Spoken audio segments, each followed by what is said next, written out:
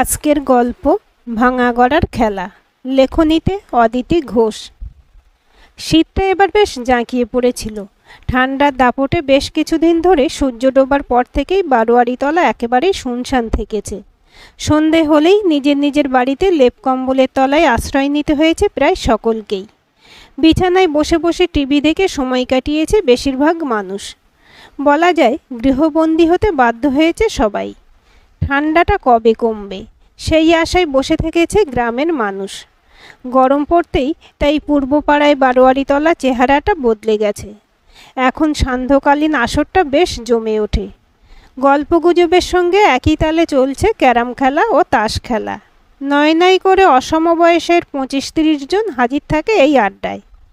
এই আড্ডায় যোগ দিতে পারলে গ্রামের সব খবর মোটামুটি জানা হয়ে যায়। ছেলে ছোকরার সংখ্যায় যদিও বেশি, তবুও কিছু বয়স্ক মানুষ আসেন শুধুমাত্র খবর সংগ্রহ করে নিজেকে আপডেট রাখার জন্য। এদের মধ্যে আছেন নগেন দত্ত, হরিহর চাটুর্যে, গণেশ পাল, ভূদেব মুখুজ্জে, মাধব ঘোষ। এরা অবশ্য পুজো কমিটির মধ্যে আছেন। এরা বসেন বারোয়ারিতলার বাঁধানো চত্বরের এক কোনায়। ছেলে ছোকরাদের থেকে দূরত্ব রেখে বসলেও কানগুলো সজাগ রাখেন, ফলে কোনো আলোচনায় মিস করেন না তাঁরা। আজকের আলোচনার বিষয়বস্তু সৌদি আরব থেকে সদ্য ফিরে আসা চন্দন হালদার। লোকের মুখে মুখে ইতিমধ্যেই খবরটা চাউর হয়ে গেছে। রাস্তায় রাস্তায় আড্ডা দিয়ে আর মাতলামি করে ঘুরে বেড়াতো যে ছেলে, সে নাকি সৌদি আরব থেকে এত টাকা নিয়ে এসেছে যার কোনো ইয়াত্তা নেই। কেউ বলছে যত টাকা এনেছে তা মনে হয় বড় ট্যাঙ্কেও ধরবে না। কেউ বলছে ধুত, ট্যাঙ্কে কেন রাখতে যাবে, সব টাকাই নিশ্চয়ই চেকে এনেছে। গলায় খানিকটা গাম্ভীর্য এনে সারের দোকানের মালিক দীপক কোলে বলল, যত সব ফালতু কথা, টাকা আনবে কি করে? ওখানকার টাকা এখানে চলে নাকি? ওখানে তো দিনার। আপত্তি জানিয়ে ধানকলের ব্যবসায়ী সজল দত্ত বলল, দিনার নয়, ওখানের মুদ্রা রিয়াল। দীপক বলল, ওরে শোনো, আমি খুব ভালো করেই জানি যে দিনার রিয়াল দুটোই। প্রাইমারি স্কুলের টিচার রঞ্জন বলল, বিদেশ থেকে মানি এক্সচেঞ্জ ব্যাংকের মাধ্যমে দেশে টাকা পাঠানো যায়, আর ও সেই টাকা নিশ্চয়ই এখনও এখানকার ব্যাংকে সব না রেখে বর্ধমানের ব্যাংকে রেখেছে। কাপড়ের ব্যবসাদার বিকাশ বসাক টাকা ছাড়া কিছু বোঝে না। ও বলল, আরে বাবা, টাকা যেভাবেই আনুক আর যেখানেই রাখুক, মোদ্দা কথা একটাই, চন্দন এখন বেশ বড় লোক। সজল বলল, দুদিন ধরে আমার একটা কথাই কেবল মনে হচ্ছে, এখন নিশ্চয়ই হাত কামড়াচ্ছে পশ্চিম পাড়ার গগন হাজরা। ওহ, ওর মেয়ে জবার পেছনে লাগার জন্য কি অপমানটাই না করেছিল চন্দনকে। তাতে লাভ তো কিছু হলো না। জবার পরিণতিটা কি হলো বলো? শ্বশুরবাড়ির লোকের গঞ্জনায় সেই বাপের বাড়িতেই এসে উঠতে হয়েছে জবাকে। রঞ্জন বলল, যা বলেছিস, বিধবা হয়ে গেল তো কপাল দোষে, কিন্তু বিয়েটা তো ভালো দেয়নি গগন কাকা। শেষ পর্যন্ত মাধ্যমিক পাশ এক রিভার পাম্প অপারেটরকে জামাই করলো। মেয়েকে কলেজে পড়িয়েছিল কেন তাহলে, কে জানে। আর যাই হোক, চন্দন তবু পড়াশোনায় একসময় বেশ ভালো ছিল। উচ্চ মাধ্যমিকে কত ভালো রেজাল্ট করেছিল বলতো? বিকাশ বলল, আমার কাকার ছেলের সঙ্গে একই ব্যাচে পাশ করেছিল তো চন্দন। কাকার ছেলে বিএসসি পড়তে গেল, আর চন্দন বর্ধমান এমবিসি কলেজ থেকে মেকানিক্যাল ইঞ্জিনিয়ারিং ডিপ্লোমা করছিল। ফাইনাল পরীক্ষাটা দিয়েছিল কিনা জানি না অবশ্য। তারপর একটু বয়ে গিয়েছিল ঠিক কথাই, তবে শিক্ষার তো একটা মূল্য আছে নাকি। তারপরে আবার এখন কত টাকার মালিক। দেখে নিস এবার কতজন পায়ে ধরে সাধবে চন্দনকে জামাই করার জন্য। সজল বলল, সে আর বলতে, এ যুগে টাকাটাই হচ্ছে যোগ্যতার মাপকাঠি। জবার কপালটাকে নষ্ট করলো ওর বাবা। ওখানে শাশুড়ির গঞ্জনা সহ্য করতে না পেরে এখানে এলো। এবার এখানে শুরু হবে বৌদির গঞ্জনা। সজলের কথাকে কেউ মনে মনে আর কেউ বা প্রকাশ্যে সমর্থন করল। সংসার কি বিচিত্র জায়গা, মানুষজন কখন যে কাকে মাথায় তোলে আর কাকে নিচে নামায় বোঝা দেয়। এতক্ষণ ধরে এদের আলোচনাগুলো শুনতে শুনতে কথাটা মনে হলো ভূদেব মুখুজ্জের। 7 বছর আগে যে চন্দনকে দেখলে গ্রামের বেশিরভাগ লোক ঘেন্নায় নাক সিটকাত, সেই চন্দনই এখন হয়ে গেছে গ্রামের হিরো। শুধু টাকার দৌলতে সে এখন আলোচনার কেন্দ্রবিন্দুতে। চন্দন যে ইঞ্জিনিয়ারিং পড়ছিল সেটা সবাই মনে রেখেছে, কিন্তু ও যে বাপের কষ্টের পয়সায় অন্ন ধ্বংস করত আর দিনে দুপুরে রাস্তাঘাটে মাতলামি করে বেড়াতো সেটা সবাই ভুলে গেছে বেমালুম। টাকার ভারে চাপা পড়ে যাচ্ছে ওই লোফার ছেলেটার বদগুণগুলো। কিন্তু ভূদেব আজও মনে করেন গগন হাজরা সেদিন চন্দনকে চর মেরে একেবারে সঠিক কাজই করেছিলেন। তিনি হলেও সেটাই করতেন। ভূদেব মুখুজ্জে সাহস করে নিজের মনোভাব প্রকাশ না করলেও সর্বসমক্ষে মুখ খুললেন মাধব ঘোষ। দেখো সজল, আমি মনে করি গগন হাজরা ঠিক কাজই করেছিল। ওর জামাইকে দেখে বেশ ভদ্র ভালো ছেলে বলেই মনে হতো। নিশ্চয়ই ভালোই ছিল জবা, কিন্তু অত অল্প বয়সে কিডনির অসুখে ছেলেটা যে বিয়ে 3 বছর পর মারা যাবে সেটা তো গগন ভাবেনি। তাছাড়া চন্দন জবাকে বিয়ে করতো কি না তার কি কোনো গ্যারান্টি ছিল? ও যে চরিত্রের ছেলে, 2 দিন নাচিয়ে কেটে পড়তো, মাঝখান থেকে জবার বদনাম হতো শুধু। তোরা চন্দনের গুণগান করছিস ভালো কথা, কিন্তু তার সঙ্গে ওই 25-26 বছরের বিধবা মেয়েটাকে টানিস না দয়া করে। জোঁকের মুখে নুন পড়ার মতো সবাই চুপ করে গেল মাধব ঘোষের কথায়। এরকম থমথমে পরিস্থিতির মধ্যে আলোচনা সভায় এন্ট্রি নিল সত্যসুন্দর বিশ্বাস। ও আসতেই সকলে নড়ে চড়ে বসল। ওর নাম আর পদবি দুটোই বড় বেমানান ওর চরিত্রের সঙ্গে। যে মানুষ 100টার মধ্যে 90টা মিথ্যা কথা বলে, তার নাম যে কি করে সত্যসুন্দর হয় সেটাই ভাবায় এখন সকলকে। তারপর আবার টাইটেলখানাও বিশ্বাস। বছর 10 আগে নবমীর দিন নদীতে একটা বড় বোয়াল মাছ ধরা পড়েছিল। বারোয়ারি তলায় পুজো চলাকালীন সত্যসুন্দর ছুটে এসে প্রথম খবরটা দিয়েছিল। বলেছিল নদীতে যে বোয়াল মাছটা ধরা পড়েছে সেটার ওজন মিনিমাম 80 কিলো। সবাই শুনে চমকে উঠেছিল। পড়ি কি মরি করে বারোয়ারি তলা থেকে ছুটেছিল নদীতে, কিন্তু গিয়ে নিরাশ হতে হয়েছিল সকলকেই। বোয়াল যেটা উঠেছিল সেটা 8-9 কিলো হবে। সত্যসুন্দর সেটাকে 80 কিলো বলেছিল। তখন থেকে সত্যসুন্দর বিশ্বাসের কথাকে আর কেউ বিশ্বাস করে না। অবশ্য এখানেই শেষ নয়, এরকম আরও ভুঁড়ি ভুঁড়ি উদাহরণ আছে। কোনো জায়গায় মারামারি হলে যদি কারো মাথা ফেটে যেত, সত্য প্রত্যক্ষদর্শী হিসেবে বিবরণ দিতে গিয়ে জানাতো মানুষটার খুলিটা আধখানা ঝুলছে, বাঁচার আশা নেই। বয়স বাড়লো, এখনও বদলায়নি ওর মিথ্যে বলার স্বভাব। বাজারে কোনো গণ্ডগোলকে কেন্দ্র করে 2-3 জন পুলিশ এলে সত্য বাজার থেকে বাড়ি ফিরে বলে, পুলিশে পুলিশে 6 লাভ গোটা বাজার, শুনলাম কার্ফু জারি হবে এখনই। এছাড়া আরও একটা গুণও আছে সত্যসুন্দরের, ওর পেটে কোনো কথা থাকে না। কারো কোনো গোপন খবরও জানলে সেই কথা কিছুক্ষণের মধ্যেই রং চড়িয়েও পরিবেশন করতে লেগে যাবে। তাই সবাই একটু সমঝে চলে সত্যসুন্দরকে। তবে এত কিছু জানার পরও সত্যকে দূরে ঠেলতে পারে না কেউই, ওর মিশুকে স্বভাবের জন্য। ছেলে হিসেবেও সত্য মন্দ নয়। 30-31 বছর বয়স হলো, তবে এখনও অবিবাহিত সত্য। কোনো বদনেশা নেই, নিজের জমিতেই পড়ে থাকে দিনের অনেকটা সময়। পড়াশোনা বেশি দূর না করলেও জানার আগ্রহ খুব। তাই বিকেলে বাজারে গিয়ে চায়ের দোকানে বসে ঘণ্টাখানেক খবরের কাগজে মুখ গুঁজে কাটিয়ে দেয়। পরদিন মাঠে ঘাটে সেই সব খবরকে মনের মতো করে সাজিয়ে পরিবেশন করে। এহেন সত্যবাদী সত্যসুন্দর আসতেই আজ একেবারে ঝাঁপিয়ে পড়ল সবাই। ওর কাছ থেকে পাওয়া খবরের গুরুত্ব এই মুহূর্তে অনেকটাই। চন্দন হালদার আর সত্যসুন্দর বিশ্বাসের বাড়ি একেবারে গায়ে গায়ে। তারপর সত্য আবার চন্দনের এক সময়ের অভিন্ন হৃদয় বন্ধু। গত 3 দিনে নিশ্চয়ই কিছু খবর ঢুকেছে ওর ঝুলিতে, একটু ছুঁয়ে দিলেই সেগুলো বার করবে আস্তে আস্তে। মাধব ঘোষের কথা জ্বালা মেটাতে শুরু করলো সজল। আরে এই তো খোদ লোক এসে গেছে, বল সত্য, তোর পাশের বাড়ির কি খবর? সত্য যেন মুখিয়েই ছিল চন্দনের খবর দেওয়ার জন্য। সুযোগ পেতেই শুরু করলো। খবর ভালোই, 7 বছর পর ফিরল চন্দন, একেবারে অন্য মানুষ হয়ে। ফিরে থেকে এখানে ওখানে ছোটাছুটি করে কাটিয়ে দিয়েছে 2 দিন।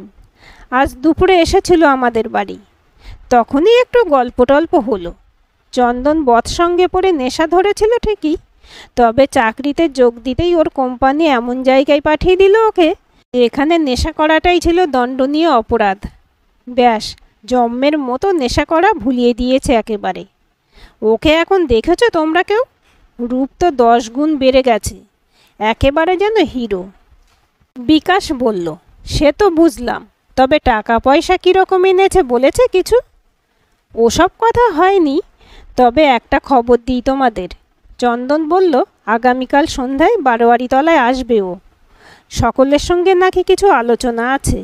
বড়রাও সবাই যেন কালকে আসে, সে কথাই বলতে বলল আমাকে। এই সাংঘাতিক খবরটা দিয়ে সভাস্থলে রীতিমতো গুঞ্জন তুলে ফেলল সত্যসুন্দর বিশ্বাস। একটা দিন পুরো অপেক্ষা করতে করতে মনে মনে অস্থির হয়ে উঠেছে সবাই। সকলেই আজকে অন্য দিনের তুলনায় একটু আগে এসে গেছে বারোয়ারিতলায়।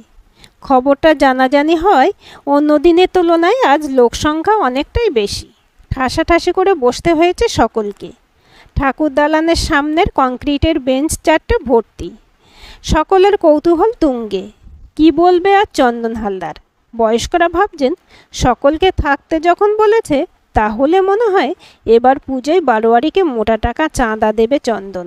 সব বাড়ির চাঁদা যেখানে 500, সেখানে ও একাই হয়তো 5,000 টাকা দিয়ে দেবে। এখন ওর অনেক টাকা, তাই 5,000 টাকা ওর কাছে কিছুই নয়। বিকাশ ঢুকেই বলল, আমি ভাবলাম আমি বুঝি আজ আগে বেরিয়ে পড়েছি, এখন তো দেখছি আমার আগে প্রায় সবাই চলে এসেছে। ভালোই হয়েছে। তা কি মনে হচ্ছে সকলের? কি জন্য আজ এখানে আসবে বলেছে চন্দন? সজল, কিছু আন্দাজ করতে পারছিস নাকি?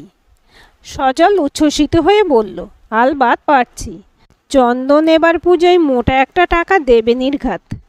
রঞ্জন বলল, আমিও এটাই আন্দাজ করেছি। তবে সেটা যদি হয় তাহলে তো খুবই ভালো। আমরা পশ্চিম পাড়ার সঙ্গে কোনোদিনই পেরে উঠব না। ও পাড়ার বেশিরভাগ বড় লোকের বাস। তবে টাকা একটু বেশি পেলে ঢাকের সঙ্গে বিসর্জনের দিন একটা ভালো বাজনাও করা যেত। ছেলের দল একসঙ্গে চেঁচিয়ে উঠল, দারুণ হবে। দূর থেকে সত্যসুন্দরের সঙ্গে চন্দনকে আসতে দেখে সবাই চুপ করে গেল। সব কটা মানুষের চোখ গিয়ে পড়ল চন্দনের উপর। না, সত্য এক্ষেত্রে একদম মিথ্যে কথা বলেনি। একেবারে নায়কের মতোই দেখতে লাগছে চন্দনকে। চন্দন সকলের দিকে তাকিয়ে একটু হেসে এগিয়ে গেল বয়োজ্যেষ্ঠদের কাছে। একে একে সকলকে প্রণাম করে উঠে দাঁড়ালো। অনেকটা ঘোষণার কায়দায় বলল, যদিও বাবার শরীর তেমন ভালো নয়, তবুও আজ উনি আসবেন এখানে। তবে ওনার সঙ্গে আরও কয়েকজন আসবেন পশ্চিম পাড়া থেকে। এদের মধ্যে গগন হাজরাও থাকছেন। আমরা ছোট থেকেই দেখে আসছি, দুর্গাপুজো বা অন্যান্য যে কোনো বারোয়ারি অনুষ্ঠানে আমাদের পাড়ার সঙ্গে ওদের রেষারেষি। তাই ওরা আসার আগেই আমি একটা কথা জানাতে চাই। বাবার মুখে শুনেছি আমাদের এই দুর্গা দালান 50-55 বছরের পুরনো। প্রচুর ফাট ধরেছে মেঝেতে। তাই আমি সিদ্ধান্ত নিয়েছি দুর্গা দালান ও সামনের এই বাঁধানো চত্বরটাই পাথর বসিয়ে নতুন করে রং করা হবে। আমি গতকাল রাজমিস্ত্রির সঙ্গে কথা বলেছি। যেহেতু এরিয়াটা বেশ বড়, সে কারণে 1,50,60,000 টাকা খরচ হবে। আমি 2 লক্ষ টাকা বারোয়ারির জন্য ব্যয় করার কথা ভেবেছি। তাই বাকি টাকাটা এবার পুজোয় খরচ করা যেতে পারে। এই ব্যাপারে আমি পুজো কমিটির সকলের মতামত চাইছি। আপনারা স্বচ্ছন্দে নিজেদের মতামত জানাতে পারেন। তবে সকলের কাছে একটাই অনুরোধ, পশ্চিম পাড়া থেকে যারা আসবেন তারা যেন এই সম্বন্ধে কিছু জানতে না পারে। চন্দনের কথা শেষ হতে ইয়াং জেনারেশন উল্লাসে ফেটে পড়লেও বয়স্কদের মধ্যে তেমন কোনো উচ্ছ্বাস চোখে পড়ল না। তাদের মনোভাব এমনটাই, টাকা দিয়ে সকলের মন জয় করতে চাইছে চন্দন। এটা সবার কাছে নিজেকে মহান প্রতিপন্ন করার চেষ্টা ছাড়া আর কিছুই নয়। কিন্তু তার অতীতকে ভুলতে পারছেন না তারা। গগন হাজরার ক্লাস 11-এ পড়া মেয়েটাকে সন্ধ্যাবেলায় প্রাইভেট পড়ে ফেরার সময় জোর করে চৌধুরীদের ভাঙা বাড়িতে আটকে রেখেছিল যে ছেলে, তাকে এত সহজে ক্ষমা করা যায় না। চন্দনের উপর থেকে সেই ঘেন্না, সেই বিদ্বেষ এখনও যায়নি তাদের। তবুও মুখে কিছু না বলে চুপচাপ বসে রইলেন সবাই। সকলের মনে এখন একটাই জিজ্ঞাসা, গগন হাজরা কেন আসবেন এখানে আজ? এ পাড়ার বারোয়ারিতলায় কিসের দরকার তার? আবার সেই খবরটা দিচ্ছে কিনা চন্দন হালদার নিজে। সব যেন কেমন ঘোলাটে লাগছে।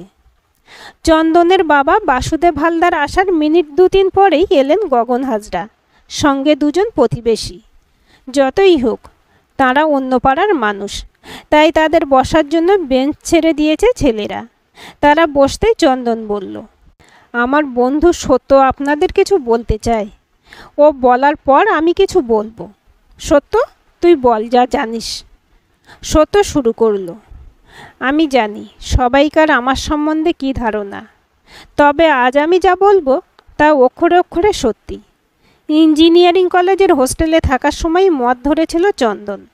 পরীক্ষা দিয়ে বাড়ি আসার পর ও গ্রামের মধ্যেই নেশা করত প্রায় সময়।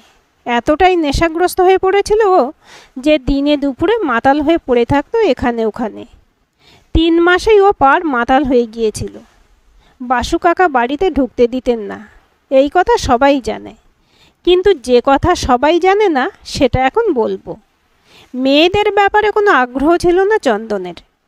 8 বছর আগে একদিন সন্ধেয় জবার সঙ্গে নোংরামি করতে চেষ্টা করার অপরাধে চন্দনকে অনেক চড়থাপ্পড় মেরেছিলেন গগন কাকা। কিন্তু চন্দনের সেদিন কোনো দোষ ছিল না। জবা সেদিন প্রাইভেট পড়ে আসার সময় স্বেচ্ছায় চৌধুরীদের ভাঙা বাড়িতে ঢুকেছিল মন্টু ডাক্তারের ছেলে বিপুলের সঙ্গে দেখা করার জন্য। কারণ ওদের দুজনের মধ্যে তখন একটা সম্পর্ক তৈরি হয়েছিল। কিন্তু বিপুল যে ওকে ডেকেছিল খারাপ উদ্দেশ্য নিয়ে সেটা বুঝতে পারেনি জবা। বিপুল জবার সঙ্গে নোংরামি করার চেষ্টা করতেই জবা নিজেকে ওর কবল থেকে ছাড়িয়ে নেওয়ার চেষ্টা করে, কিন্তু পারে না। চন্দন সেদিন প্রচুর মদ খেয়ে ফেলেছিল, বাড়িতে ঢুকতে দেবে না জানতো ও, তাই ভাঙা বাড়িতে ঢুকেছিল রাতে থাকবে বলে। ওই সেদিন বিপুলের হাত থেকে বাঁচিয়েছিল জবাকে। বিপুল পালিয়ে যাওয়ার পর জবা চন্দনের পায়ে ধরে অনুরোধ করছিল কাউকে কিছু না বলতে। কিন্তু ততক্ষণে টর্চ হাতে জবাকে খুঁজতে খুঁজতে গগন কাকা আর জীবনদা হাজির হয়েছিল ভাঙা বাড়িটায়। ওরা দেখেন জবা চন্দনের পায়ে হাত দিয়ে খুব কান্নাকাটি করছে। মাথায় ঠিক রাখতে না পেরে চন্দনকে এলো পাথারি চড় মারতে থাকেন গগন কাকা। জীবনদাও বাদ যায় না। জীবনদার দুজন বন্ধু পিছু পিছু এসেছিল। বন্ধুর বোনের প্রতি দরদে ওরা 2-4 ঘা দিয়েছিল চন্দনকে। পরদিন ওরাই গ্রামে রটিয়েছিল কথাটা। কিন্তু আসল সত্যটা জবার মুখের দিকে তাকিয়ে কোনোদিন বলতে পারেনি চন্দন। পরদিনই কৃতজ্ঞতা জানিয়ে একখানা চিঠি লিখে আমার হাত দিয়ে চন্দনকে পাঠিয়েছিল জবা। আমি সবই জানতাম, কিন্তু চন্দনের অনুরোধ রেখে কাউকে কিচ্ছু বলিনি। আজও এ কথা বলতাম না, যদি না জবা চিঠি লিখে এই অনুরোধ করতো আমাকে। এই সেই চিঠি। কি লিখেছে জবা, তুমি পড়ে সকলকে শোনাও রঞ্জনদা। চিঠিটা হাতে নিয়ে রঞ্জন গগন হাজরার দিকে তাকালো। পড়ব গগন কাকা? গগন হাজরা বললেন, সে যখন বলছে তখন আমি আপত্তি জানাবো কেন? তাছাড়া আমি নিজেও তো না বুঝে চরম অপরাধ করেছি সেদিন। আর মিথ্যে অপবাদের বোঝা চন্দন কেনই বা বয়ে বেড়াবে? ওকে এর থেকে মুক্তি দেওয়া উচিত। রঞ্জন চিঠির ভাঁজ খুলে পড়তে লাগলো। সত্যদা, তোমার কাছে আমার একান্ত অনুরোধ, এই চিঠি আজ তুমি বারোয়ারি তলায় দাঁড়িয়ে সকলের সামনে পড়বে। আমার জন্যই চন্দনদা সকলের কাছে অপমানিত হয়েছে। ও বাবা দাদার হাতে মার খেয়েছে, তবু আমার নামে কলঙ্ক রটায়নি। কিন্তু যে আমাকে বাঁচালো তার অপমান দেখেও নিজেকে বাঁচানোর জন্য আমি মুখ বুজেছিলাম। হ্যাঁ, আমি পাপ করেছিলাম। সেই পাপের ফল আজ আমি ভোগ করছি। আমি মনে মনে চন্দনদাকে দেবতার মতো শ্রদ্ধা করি। সব হারিয়েছি আজ আমি, তাই আজ লোকলজ্জার ভয় পাই না। ওই দেবতুল্য মানুষটা আজ কলঙ্কমুক্ত হলে হয়তো আমার পাপের কিছুটা প্রায়শ্চিত্ত হবে। আমি বাবাকে অবশ্যই বারোয়ারি তলায় যেতে অনুরোধ করব। বাবা আজ আমার অপরাধের জন্য আমার হয়ে ক্ষমা চাইবে চন্দনদার কাছে। ক্ষমাপ্রার্থী জবা। চিঠি পড়া শেষ হতে সমস্ত জায়গাটা জুড়ে সাময়িকভাবে নেমে এলো নিস্তব্ধতা। গগন হাজরা উঠে এসে চন্দনের হাত ধরে ক্ষমা চাইলেন। বাসুদেব হালদার বললেন, তুমি যা করেছ ভুল বুঝে করেছ। আমার ছেলেটার নেশা ধরায় আমি ওর উপর সব আস্থা হারিয়েছিলাম। কথা বলা বন্ধ করেছিলাম ওর সঙ্গে। তারপর কলেজ ক্যাম্পাসিংয়ে ও কলকাতাতেই চাকরি পাওয়ায় খুশি হলেও মনে মনে একটা ভয় ছিল আমার। মনে হতো নেশা ছাড়তে পারবে কি ও? তবে সেই চাকরি না করে যেদিন ও অন্য একটা চাকরি নিয়ে সৌদি আরব চলে গেল, সেদিন আমি স্বস্তির শ্বাস ফেলেছিলাম। মনে আশা জেগেছিল এবার নিশ্চয়ই বদলাতে পারবে ও নিজেকে। তবে ও যে এত বড় মনের তা আমি নিজেও জানতাম না। আজ আমি ভীষণ খুশি হয়েছি। রীতিমতো গুঞ্জন শুরু হয়ে যেতে সত্যসুন্দর বলল, দাঁড়াও দাঁড়াও, সবাই আর একটু চুপ করে বসো। চন্দন কি বলবে একটু ধৈর্য ধরে শোনো। বিকাশ উঠে দাঁড়িয়ে সবাইকে চুপ করানোর চেষ্টা করলো। সহজ হওয়ার জন্য চন্দন গলাটা একটু ঝেড়ে নিল। আমি এখানে উপস্থিত সমস্ত বয়োজ্যেষ্ঠদের কাছে একটা প্রস্তাব রাখতে চাই। তাঁরা অনুমতি দিলেই তবে আমি আমার ইচ্ছা পূরণ করতে সক্ষম হব। ভূদেব মুখার্জি উঠে এসে বললেন, তোমার মতো বড় মনের ছেলের কোনো ইচ্ছে অপূর্ণ থাকুক তা কেউ চায় না। তুমি বলো বাবা, কি চাও তুমি? সকলকে অবাক করে দিয়ে চন্দন বলল, আমাদের গ্রামে ইতিপূর্বে না হলেও বিধবা বিবাহ এখন দেশে হামেশাই হয়। শুনলাম জবা বিধবা হওয়া 6 মাস পরেই 2 বছরের ছোট মেয়েটাকে নিয়ে এখানে চলে এসেছে। শুধু তাই নয়, শ্বশুরবাড়ির লোকেদের অত্যাচারে তাদের সঙ্গে সব সম্পর্ক চুকিয়ে দিতেও বাধ্য হয়েছে।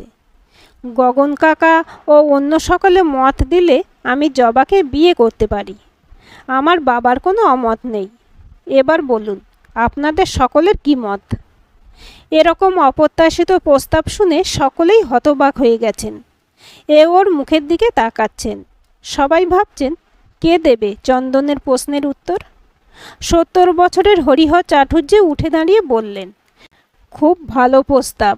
গগন রাজি হলে আমি নিজেই এই বিয়েতে পৌরোহিত্য করব। ভূদেব মুখুজ্জে এসে জড়িয়ে ধরলেন চন্দনকে। একে একে সমস্ত বয়স্ক মানুষরাই মত দিলেন এই বিয়েতে। সত্য ছুটল খবরটা জবাকে দিতে।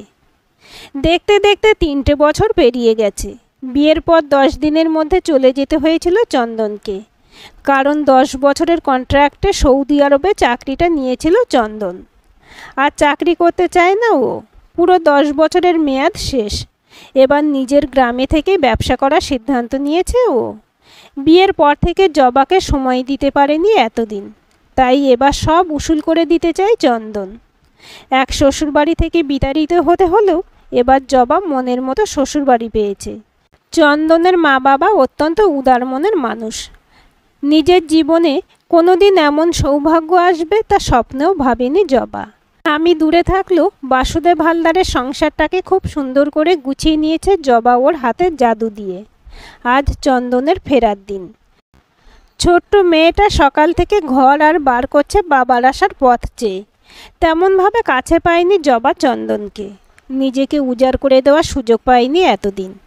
ওর মনের মধ্যে জমা হয়েছে এক আকাশ ভালোবাসা। সেখানে অবশ্য শ্রদ্ধার পাল্লাটাই ভারী। ভীষণ ইচ্ছে হচ্ছে নিজের মতো করে চন্দনকে পেতে। জানালায় দাঁড়িয়ে প্রতীক্ষার পল গুনে চলেছে তাই। কত কথা বলে চলেছে নিজের মনে। অবশেষে অপেক্ষার অবসান হলো। মেঘের গুরু গুরু গর্জন আর ঝড়ো ঝড়ো বরিশনকে উপেক্ষা করে চন্দন ফিরে এলো নিজের বাড়িতে অপেক্ষারতা স্ত্রী আর সন্তানের কাছে। সবার আগে দুটো ছোট্ট ছোট্ট হাত জড়িয়ে ধরার চেষ্টা করলো চন্দনের বলিষ্ঠ শরীরটাকে। সস্নেহে মেয়েকে কাছে টেনে নিয়ে চোখের ইশারায় জবাকে কাছে ডাকলো চন্দন। পায়ে পায়ে এগিয়ে গেল জবা। চন্দনের দুহাতের বাঁধনে বাঁধা পড়ল মেয়ে আর স্ত্রী। জীবনের ভাঙা গড়ার এই খেলায় জিতে যাওয়ার আনন্দে পরিপূর্ণ আজ জবার মন। আজকের গল্পটি কেমন লাগলো কমেন্ট করে জানাবেন। ভালো লাগলে লাইক হাইপ শেয়ার করবেন আর চ্যানেলটি সাবস্ক্রাইব করে বেল আইকনটি ক্লিক করে রাখতে ভুলবেন না।